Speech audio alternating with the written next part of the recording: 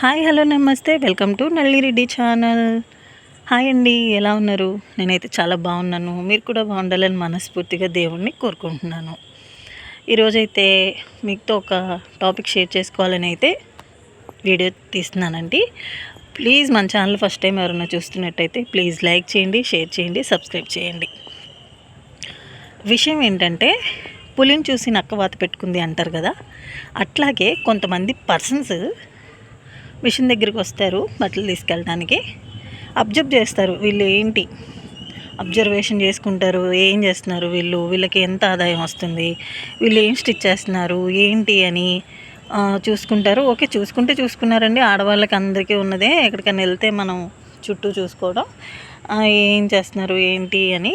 కాకపోతే ఇందులో కొంతమంది పర్సన్స్ అయితే ఉంటారు, ఇదే వెళ్ళి వాళ్ళు కూడా చేయాలి అనే ప్రయత్నం అయితే చేస్తారు.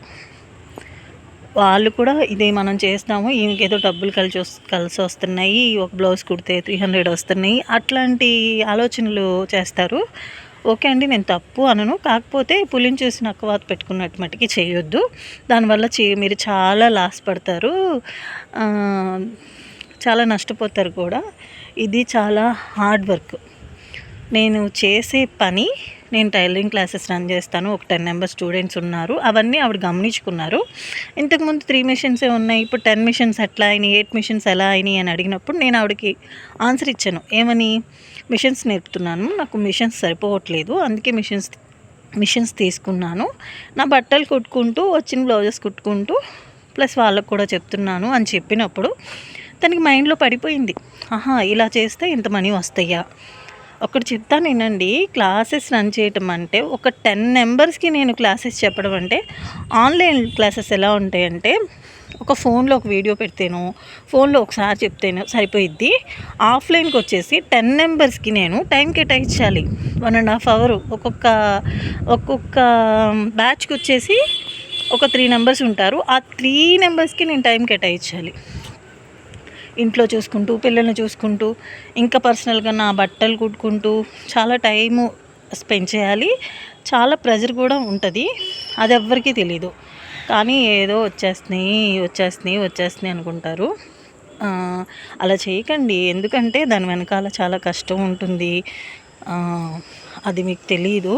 ఏదో వచ్చేసి కూర్చొని అమ్మో ఈవిడేదో సంపాదించేస్తుంది అనుకుంటారు. ఒక బ్లౌజ్ కట్ చేసేటప్పుడు దాని ఫినిషింగ్ ఎలా వస్తుంది, కస్టమర్ ఎలా రెస్పాండ్ అవుతారు, కస్టమర్కి మనం చక్కగా కుట్టి ఇవ్వగలమా లేమా, ఆవిడ ఫీడ్బ్యాక్ ఎలా ఇస్తారో, ప్రజెంటేషన్ ఎలా ఉంటుందో అని చాలా టెన్షన్ ఉంటుంది.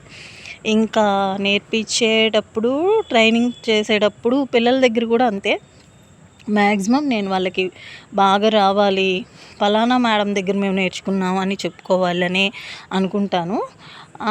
అవన్నీ మీకు కనిపించవు. ఏదో జస్ట్ వచ్చి కూర్చున్నామా, 2 మిషన్లకి 4 మిషన్లు అయినాయా, ఈవిడ బాగా సంపాదించేస్తుందా, ఇది ఒక్కటే మీకు తెలుసు. దాని వెనకాల చాలా ప్రెజర్స్ ఉంటాయి, చాలా బాధలు ఉంటాయి, అవి మీకు తెలీదు.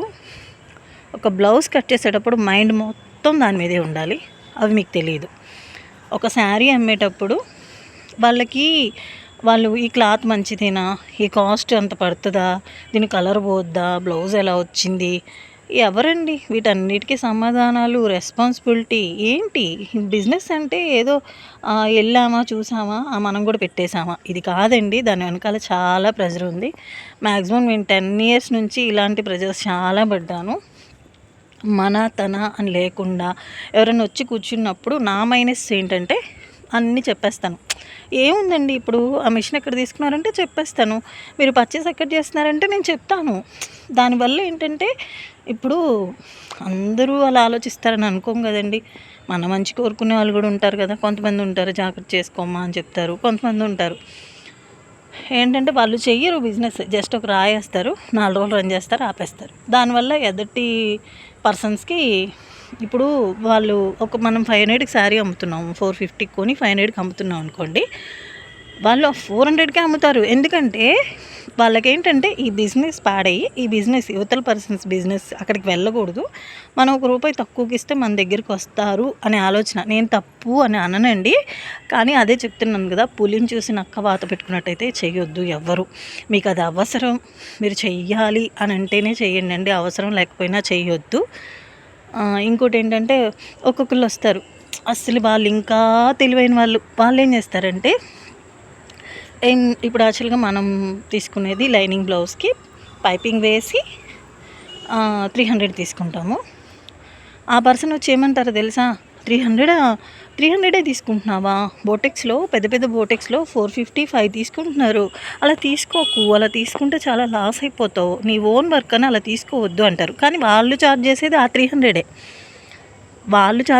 300, కానీ ఏంటంటే మనం 400 అని చెప్తే ఆ కస్టమర్ వెళ్ళిపోయిద్ది మన దగ్గర నుంచి. ఎందుకండి మేము స్టిచ్ చేస్తాంగా 300కి ఇచ్చేయండి అని అంటారు ఆ పర్సన్ అవతలకి వెళ్ళినప్పుడు.